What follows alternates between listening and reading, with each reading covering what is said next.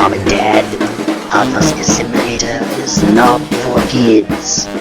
Hey at mes amis, this is HD, the Harvester Simulator, bringing you a review of the Hasbro Marvel Legends Sugar Man Build-A-Figure X-Men Age of Apocalypse Jean Grey. And without further ado, let's chop her up.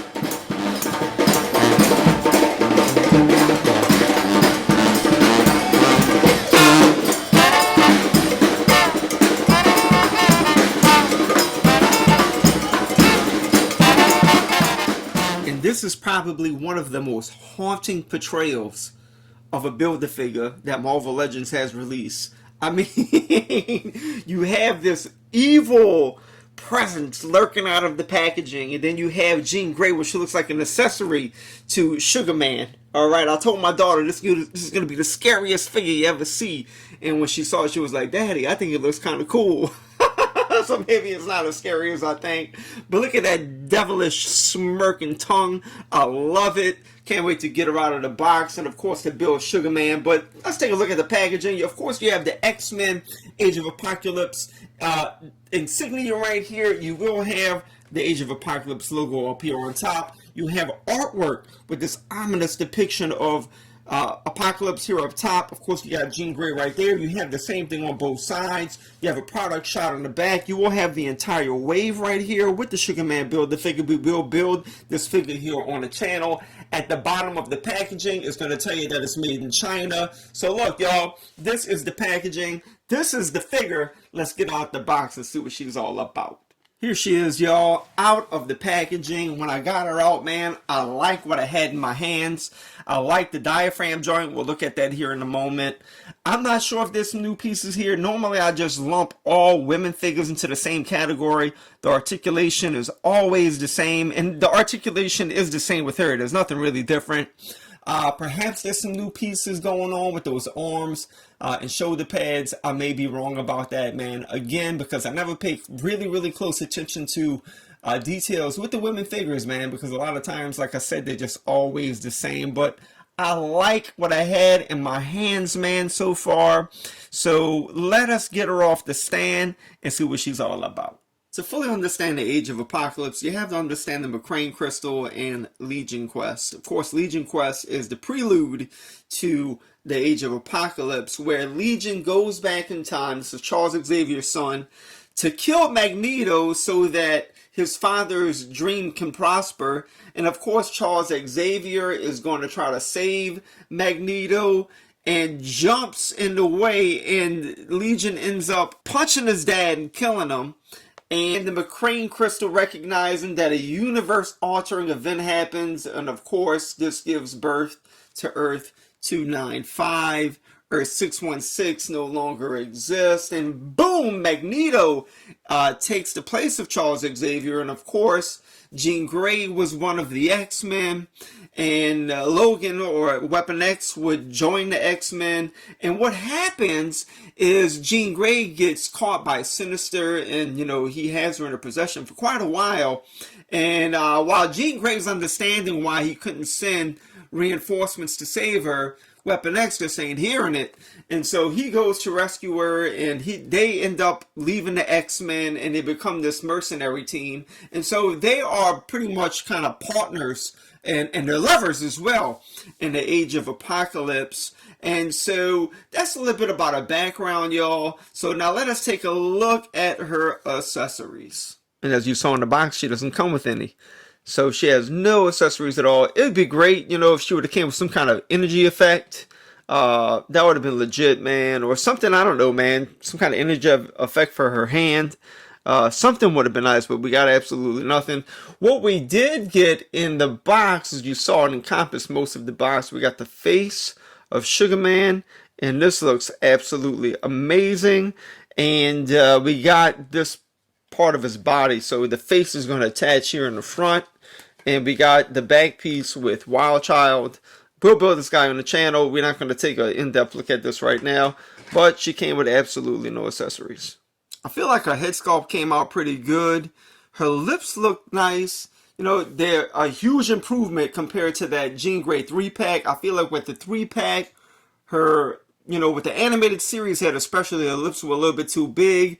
And then with the comic book portrait, I feel like she had been pimp slapped by Scott Summers or something like that, you know. As I said in that review, check it out if you haven't already.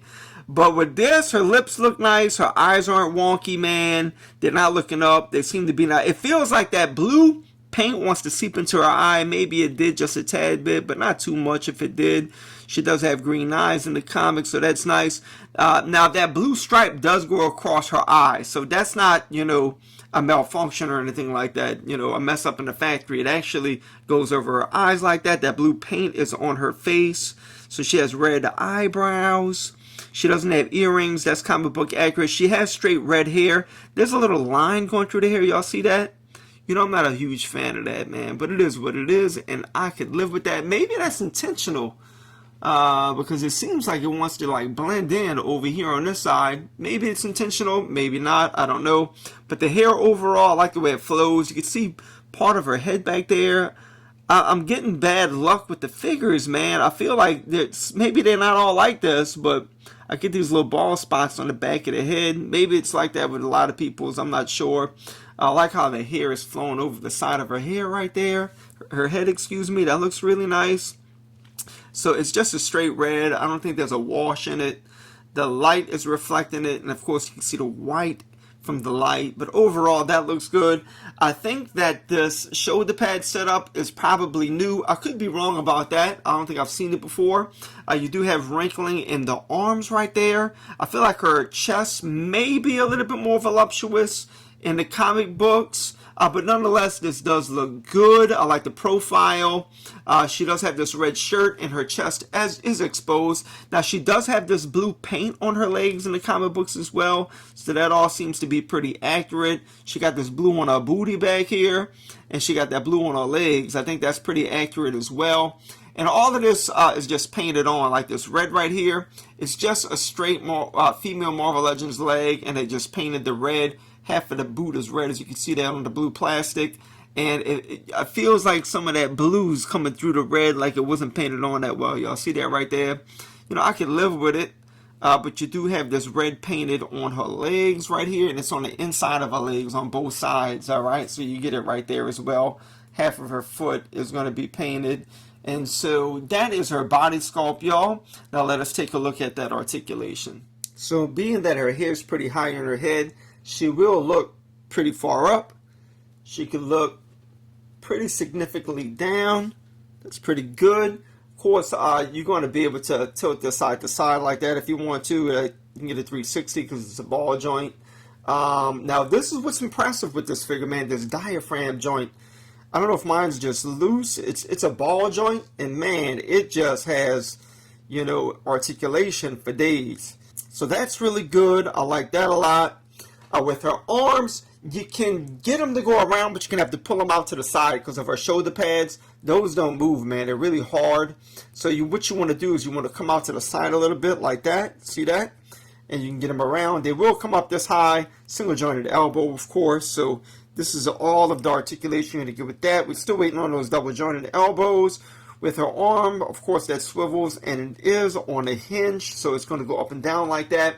No way swivel, but again, you get this 360 up here with the diaphragm joint, and again, look at this, man. I love that. You can actually see the ball in there. It's blue, and so that's really nice. I like that, man. Her legs will come way out. Look at that, man. Look at that split. She will have upper thigh cut, double jointed knee. She will have ankle pivoting going on. Her foot can go that far up, that far down, and of course she has these peg holes on the bottom of her feet. And I was having a little bit of a hard time getting her to stand up earlier, but yeah, just work with it and you will get it to stand. All right, y'all. And then the blue trousers, Jean Grey is going to stand in almost exactly at 6 inches. And here she is scaled next to Weapon X and Blink. And here she is scaled next to Morph and Wild Child, and it's very apparent that Wild Child is taller than Jean Grey. Here she is scaled next to the Jean Grey from the Love Triangle 3-pack, and the Scott Summers from either the Juggernaut or Apocalypse wave. Here she is scaled next to the Retro Wave Cyclops and Phoenix. Here she is scaled next to Apocalypse and Bishop. Here she is scaled next to the Toy Biz Marvel Legends Howard the Duck and the Hasbro Marvel Legends Howard the Duck. And here she is scaled next to two New Orleans born superheroes. We have the Queen of New Orleans, the most beautiful, most powerful, most glorious, single jointed elbowed Monica Rambeau, and the Prince of the French Quarter, the single jointed elbowed Remy LeBeau, known in the French Quarter simply as Gambit. In conclusion, I think she is a decent figure.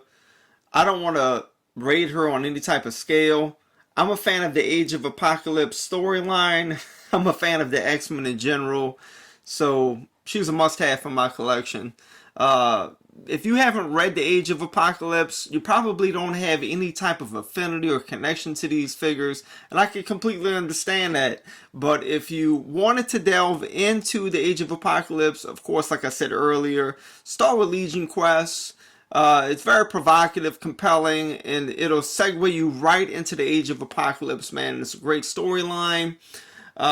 So yes, that is my review, y'all. I love her, minus the little paint discrepancy right here. Overall, she's good. You see the back of her head right there.